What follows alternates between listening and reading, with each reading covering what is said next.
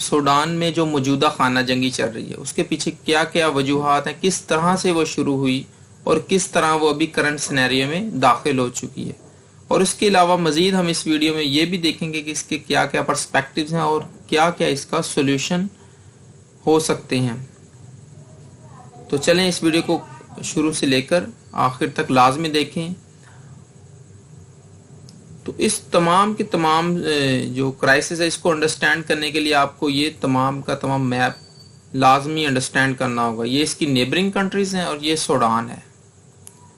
یہ south Sudan یہ 2011 میں انڈیپینڈنٹ ہو گیا تھا، یعنی کہ آزاد ہو چکا تھا، اس لیے ہم نے اس کو ڈسکس نہیں کرنا۔ اب ہم نے صرف اس علاقے کو ڈسکس کرنا ہے، یہ ہے سوڈان۔ تو سوڈان میں بیسیکلی دو قسم کی قومیں آباد ہیں، ایک وہ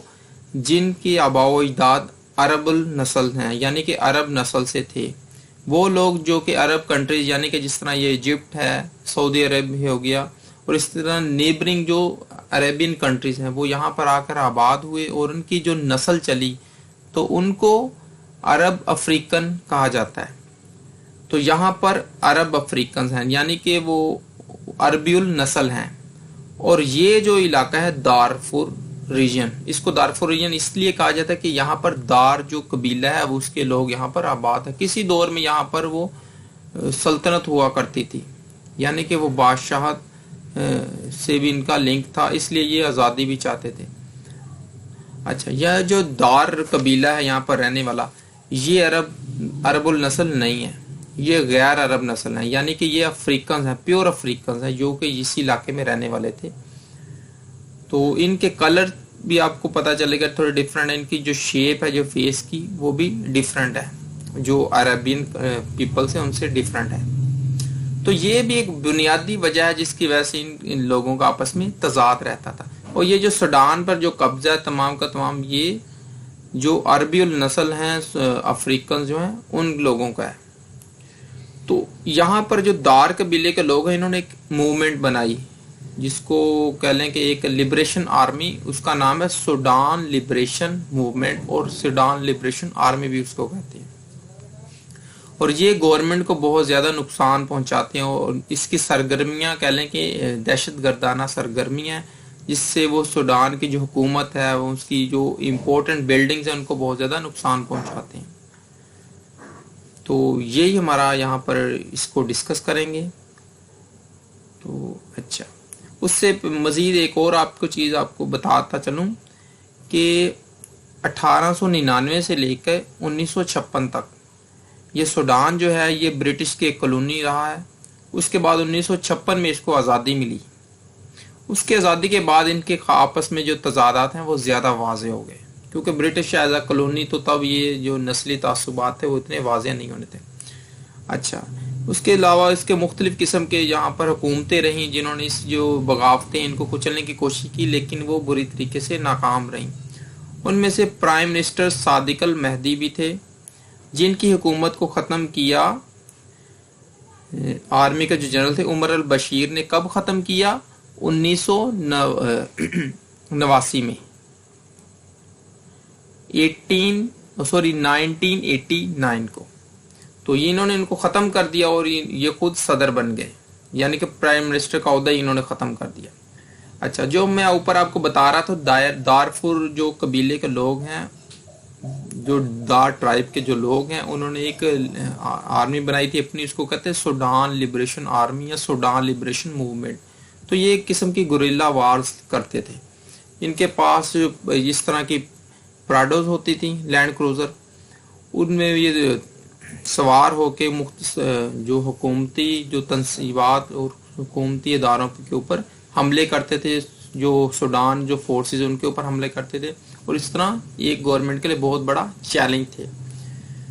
تو عمر البشیر نے سوچا اور ان کی حکومت نے سوچا کیوں نہ ہم اس کو کسی طریقے سے کچلیں، اور ان کے مائنڈ میں ایک منصوبہ آیا۔ وہ منصوبہ کیا تھا؟ آپ دیکھیں، یہ جو دارفور ریجن ہے نا، یہاں پر جو میجورٹی ہے وہ دار قبیلے کے لوگوں کی تھی، یعنی کہ غیر عرب افریقنز کی، اور اس میں ایک منورٹی ان لوگوں کی بھی تھی جن کو جنجوید کہا جاتا ہے، اور جو کہ عربی النسل تھے، یعنی کہ عرب افریقن سے وہ بہت کم تعداد میں تھے، ان کی پرسنٹیج بہت کم تھی۔ اور ان کا دار قبیلے کا اور جنجوید کا، جو کہ عربی النسل میں تھے اور یہیں پر رہتے تھے لیکن مائنورٹی میں تھے، ان کا آپس میں بھی کلیش رہتا تھا۔ دار ٹرائب جو تھا، دار قبیلہ، وہ تعداد میں زیادہ ہونے کی وجہ سے جنجوید کو بہت زیادہ نقصان پہنچاتا تھا، ان کا ایک کہہ لیں کہ بہت بڑا دشمن تھا۔ تو اس طرح وہ ڈر چھپ کے رہتے تھے۔ یہ ہیں جنجوید، جو کہ وہاں پر مائنورٹی میں ہے، دارفور ریجن میں۔ تو یہ ڈر چھپ کے رہتے تھے، یہ بھی بہت ایک قسم کے جنگجو تھے، بلکہ زیادہ اچھے جنگجو تھے، کیونکہ مائنورٹی میں تھے، اس لیے ان کو اپنے آپ کو بہت زیادہ محفوظ رکھنا پڑتا تھا۔ تو جو سوڈان حکومت ہے، یہ صاحب جو ہیں جنرل عمر البشیر جو صدر ہیں، انہوں نے کہا کہ ہم جنجوید کو سپورٹ کریں گے، ان کو یوز کریں گے کن کے اگینسٹ؟ سوڈان لبریشن آرمی، جو کہ دارفور ریجن میں ان کا بہت زیادہ اثر و رسوخ تھا۔ تو اس طرح جنجوید کو باقاعدہ حکومتی امداد ملی، اسلحہ ملا، ہر قسم کی سپورٹ ملی، تو جس سے سوڈان لبریشن آرمی کو انہوں نے بہت اچھے طریقے سے کنٹرول کرنے کی کوشش کی اور بہت زیادہ ان کو نقصان کیا، سوڈان لبریشن آرمی کو۔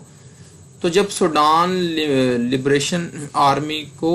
کوئی بھی ان کو خاطر خواہ فائدہ نہ ہو، تو انہوں نے کہا کہ حکومت کو ہم کسی طریقے سے سبق سکھاتے ہیں۔ تو میں آپ کو مزید بتاتا چلو، 2003 میں باقاعدہ جنجوید کو حکومت نے سپورٹ کرنا شروع کیا تھا، ٹھیک ہو گیا۔ تو 2005-07 اس کے بعد 2013 تک ان کو کافی کنٹرول رہا، لیکن اسی دوران جو سوڈان لبریشن آرمی، انہوں نے حکومت کو بہت زیادہ نقصان، جس میں جو وہاں کے ایئرپورٹ کے اوپر انہوں نے حملہ کیا، ان کی ایئر بیس کے اوپر، تو حکومت کو بہت زیادہ انہوں نے نقصان پہنچایا باقاعدہ ایک پلان کے تحت۔ تو اس کے بعد عمر البشیر کو معلوم ہوا اور اس کے ساتھ دوسرے اس کے رہنماؤں نے کہا کہ تب تک جنجوید جو ہیں اتنے زیادہ کارآمد نہیں ہوں گے جب تک ہم ان کو باقاعدہ پیراملٹری کی شکل نہ دے دیں۔ جب پیراملٹری کی شکل دیں گے تو ان کی جو بھرتی ہے وہ بھی زیادہ ہوگی، اور اس سے یہ باقاعدہ منظم طریقے سے جو بغاوتوں کو کچل سکیں گے۔ تو اس سلسلے میں 2013 میں عمر البشیر نے جنجوید کو ایک پیراملٹری فورس کا نام دے دیا اور باقاعدہ اس کا آرڈر ایشو کیا، اور اس کا نام رکھا ریپڈ سپورٹ فورس، یعنی کہ RSF۔ اور یہ جو ہیں جنرل محمد حمدان دگالو، یہ اس کے پہلے جنرل مقرر ہوئے، ان کو جنرل ہیمیتی بھی کہا جاتا ہے۔ اور اس کے علاوہ ان کی ایک اور اس کے پیچھے ریزن کہا جاتا ہے کہ جنرل بشیر نے ان کو اس لیے بھی پریزیڈنٹ بنایا تھا اور جنجوید کو RSF کا نام اس لیے بھی دیا تھا کہ جو سوڈان کی آرمی ہے وہ بہت زیادہ سٹرونگ تھی، تو اس لیے اس کی طاقت کو کم کرنے کے لیے اور اس کے متوازن پر ایک اور فورس قائم کرنے کے لیے جنجوید کو RSF بھی بنایا گیا تھا، اور اس کو بہت زیادہ اپنا یہ کہتا تھا یہ میرا بندہ ہے، بہت زیادہ اس کو یہ سپورٹ تھی ان دونوں کو ایک دوسرے کی۔ تو اس کو یہ تھا کہ یہ بندہ جو ہے نا، سوڈان آرم فورسز نے اگر کسی قسم کی حکومت کے خلاف بغاوت کرنے کی کوشش کی، مارشل لا لگانے کی کوشش کی، تو یہ اس کو ناکام بنانے میں اس عمر البشیر کی ہیلپ کرے گا۔ اچھا، لیکن معاملات کچھ اس طرح چلے کہ جب 2011 میں یہ دیکھیں اس میپ کے اوپر جو ساؤتھ سوڈان ہے، یہ 2011 میں ایک آزاد ملک بن گیا تھا۔ تو جب یہ ایک آزاد ملک بن گیا تو جو تیل کے کنویں تھے وہ اس کے پاس اس ایریا میں تھے زیادہ تر، 75% سے بھی زیادہ۔ تو اس طرح ان کی معیشت پر اس کا بہت زیادہ نیگیٹو امپیکٹ پڑا۔ اس کے علاوہ جہاں پر کی ضروریات کی جو چیزیں تھیں وہ بھی مہنگی ہو گئیں۔ حکومت نے ان چیزوں کو کنٹرول کرنے کے لیے جو حکومتی سبسڈیز تھی، ضروریات اشیاء کی جو چیزیں ان کے اوپر کم کر دیں، بلکہ ختم کر دیں، اور کئی قسم کی اس میں تبدیلی کی۔ لیکن دن بدن جو معیشت وہ ڈاؤن ہوتی گئی، مہنگائی بڑھتی گئی، جس طرح بھی پاکستان کی صورتحال ہے۔ تو بڑھتی ہوئی معاشی بدحالی کے پیش نظر وہاں پر احتجاج آئے دن شروع ہو گئے، اور ان احتجاجات کے پیش نظر اور بڑھتی ہوئی مہنگائی کو نہ کنٹرول کرنے کی بدولت، اور اس کے علاوہ عمر البشیر نے ان بغاوتوں کو کچلنے کے لیے بہت سخت اقدامات بھی کیے، اس میں بہت زیادہ مظاہرے، ان کو گرفتاریاں بھی ان کی، تو جس کی وجہ سے اس کے خلاف جو سوڈان کی جو باقاعدہ فورس تھی، آرمی تھی، اس نے اور ریپڈ سپورٹ فورس نے، یعنی کہ یہ جو RSF تھی، ان دونوں نے آپس میں مل جل کے ایک پلان کیا کہ ہم عمر البشیر کی حکومت کو ختم کر دیتے تاکہ ملک میں بہتری آ سکے، کیونکہ یہ بیسیکلی یہ کہتے ہیں۔ تو ایسا ہی ہوا، انہوں نے 2019 کی اپریل کو، یعنی کہ اپریل 2019 کو انہوں نے مارشل لا لگا کے عمر البشیر کی حکومت ختم کر دی اور ملک میں نظام سنبھالے، مارشل لا لگ گیا۔ اور اس مارشل لا کے بعد جو چیف آف آرمی سٹاف ان کو بنایا گیا، مارشل ایڈمنسٹریشن نے، یعنی کہ سوڈان آرم فورسز نے اس بندے کو، یعنی کہ عبد الفتح، یہ دیکھیں ان کا نام یہ جنرل عبد الفتح البرہان، ان کو سوڈان آرم فورسز نے آرم فورسز کا چیف آف کمانڈر بنا دیا، یعنی کہ جنرل بنا دیا۔ اور یہ تو پہلے سے موجود تھے۔ جب ان کو چیف بنا دیا گیا تو انہوں نے چیف آف آرمی سٹاف بنتے ہی انہوں نے ٹرانزیشنل سوورن کونسل بنائی۔ تو اس ٹرانزیشنل سوورن کونسل کے تحت انہوں نے کہا کہ یہ کونسل بنائی جائے گی جس میں آدھے لوگ جو آرمی کے ہوں گے، یعنی کہ آرم فورسز کے ہوں گے سوڈان کی، اور آدھے لوگ جو سوڈان کے سیاستدان میں سے کچھ لوگ چن لیے جائیں گے۔ تو اس طرح انہوں نے ایک کونسل بنائی، اور اس کونسل کا کام تھا کہ ملک کا نظام چلانا تقریباً 39 یعنی کہ 39 مہینوں تک۔ اور ان 39 مہینوں میں انہوں نے کہا کہ جو آدھے مہینے ہیں، آدھا وقت جو سوڈان آرم فورسز ہے وہ ملک کا نظام چلائے گی، اور باقی آدھا وقت جو ہے جو سیول پرسن جو سیاستدان ہے وہ ملک کا نظام چلائیں گے۔ اور اسی دوران ملک میں الیکشنز کروائے جائیں گے، اور یہ جو حکومتی جو نظام ہے یہ ایک پرائم منسٹر کے سپرد کر دیا جائے گا، یعنی کہ جو وہ جماعت جو میجورٹی سے جیتے گی، یعنی کہ ملک کا نظام ایک پرائم منسٹر کے سپرد کرنا تھا انہوں نے۔ ہوا کچھ یوں کہ یہ جو ٹرانزیشنل سوورن کونسل ہے، جب آرمی کے اپنا ٹرنیور مکمل ہو گیا، یعنی کہ انہوں نے کچھ ہی مہینوں کے بعد جب یہ حکومت انہوں نے سویلینز کے سپرد کرنی تھی، اس کے تھوڑی دیر پہلے ہی انہوں نے دوبارہ مارشل لا لگا دیا، یعنی اگست 2019 کو،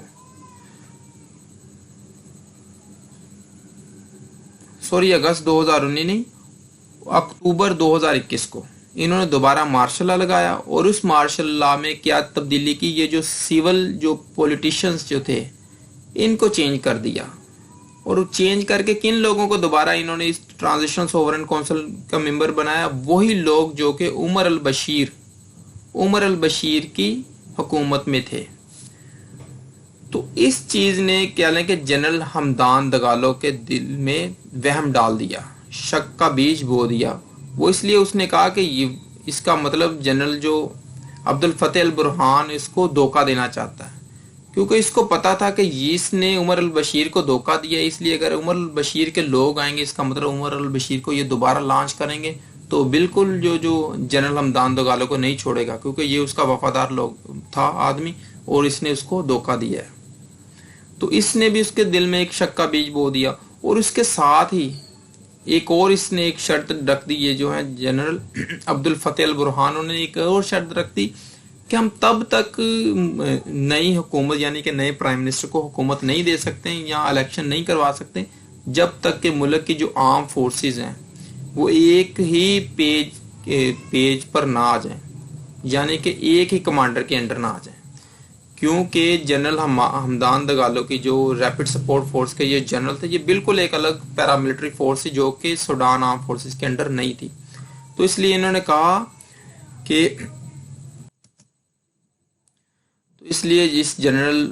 البرہان نے ایک بل پیش کیا کہ 2 سال کے اندر اندر ہم ریپڈ سپورٹ فورس کو باقاعدہ جو سوڈان آرم فورسز کے انڈر اس کو لے آئیں گے۔ تو یہ انہوں نے بل پیش کیا، اور ساتھ میں آپ کو بتاتا چلوں جس ٹرانزیشنل سوورنٹی کونسل کے جو چیئرمین تھے وہ یہی تھے، اور اس کے جو ڈپٹی چیئرمین تھے وہ تھے جنرل ہمدان دگالو۔ یہ کہنے کو تو ڈپٹی چیئرمین تھے، لیکن یہ تھے اس کے بالکل ایکول پاورفل تھے، بہت سٹرونگ پرسن تھے یہ دونوں ہی۔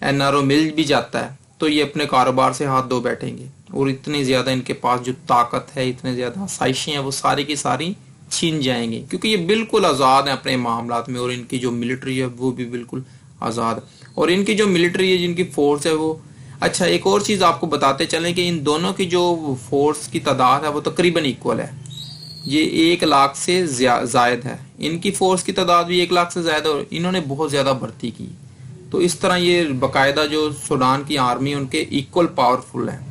اور ایک اور چیز ہے، ان کی جو آرمی ہے اتنی زیادہ منظم نہیں ہے، جبکہ ان کی آرمی بہت زیادہ منظم ہے، تو اس طرح ان کی جو کلیش ہے وہ بالکل کنٹرول میں نہیں آ رہا، ان کی جنگ بندی کرواتے ہیں، انٹرنیشنل بھی کمیونٹی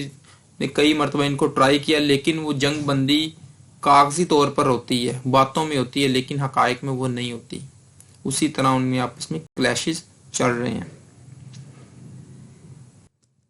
اور اس کے علاوہ ایک اور اس کا پہلو وہ یہ ہے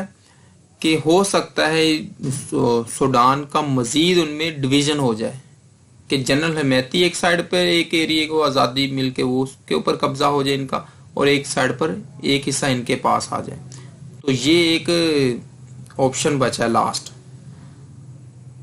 تو دیکھتے ہیں نیکسٹ اس کے بارے میں کیا ہوتا ہے۔ اگر آپ کی اپنی کوئی رائے ہے تو کائنڈلی کمنٹ میں لازمی میرے ساتھ شیئر کریں۔